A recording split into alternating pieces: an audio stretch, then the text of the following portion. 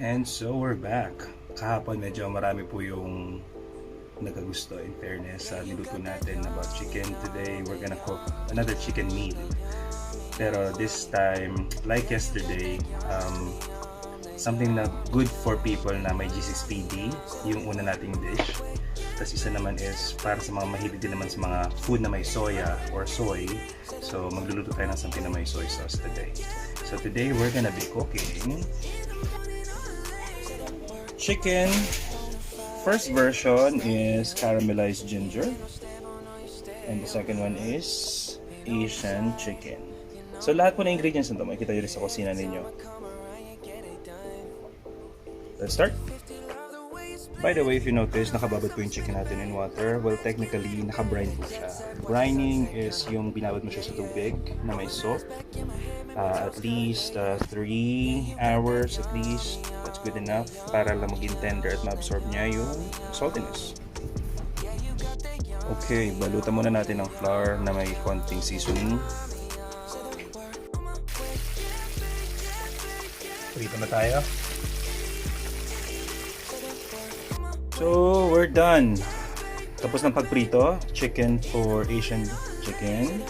Chicken naman para sa garlic ginger. Oh, sorry, ginger caramel pala. Ready na natin.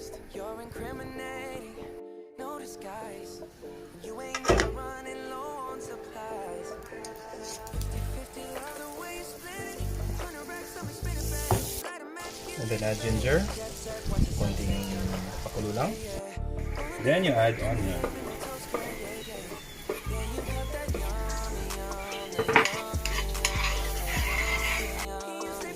Then we'll add sugar. Normally po 3 scoops. Pero depende sa mga audience, of course. So hintayin natin siya mag-caramelize, pero hinaan lang po natin yung heat kasi masusunog yung sugar. Mapait, parang Love Life. Ito ng bida. All-purpose cream. Any all-purpose cream. So far, ito lang meron sa palengke, sa tindahan. So, all-purpose cream lang ginamit ko for now, na Alaska. Pero any all-purpose cream would do. Let it simmer lang, tas low heat, habang kumukulo siya. Well, salt, pepper pala, lagyan nyo rin. Pero ako sa dulo siya nilalagay normally. Now you can put the chicken.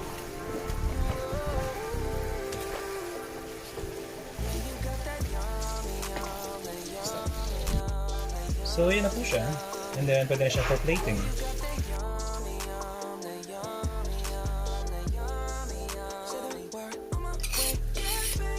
There you have it. Ginger caramelized chicken. Kain! Hey guys, ito na po yung ginger caramel chicken. This time, we're gonna cook Asian chicken. Spicy version.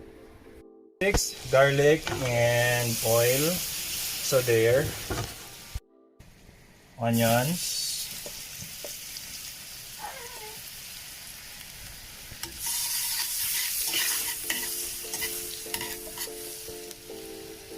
Garlic.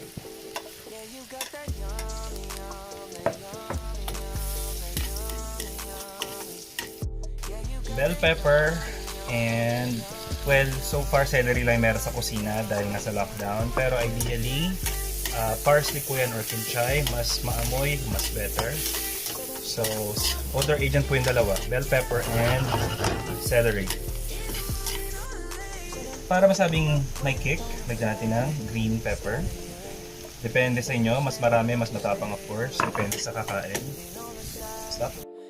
And then you add 1/4 water with dissolved flour. 1/4 or kahit na 1/8 lang.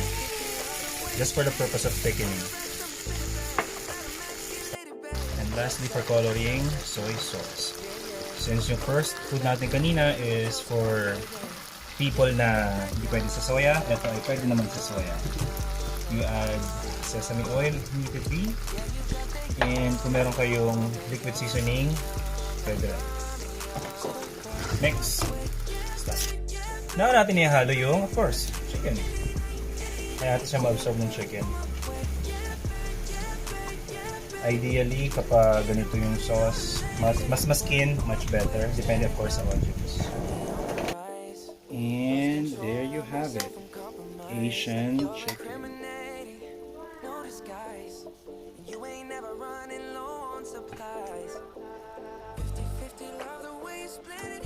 Plating wise, of course, pwede nyo pa rin lagyan ng extra chilies if you want. Para mas maanghang, para mas ramdam nyo yung pagiging Asian.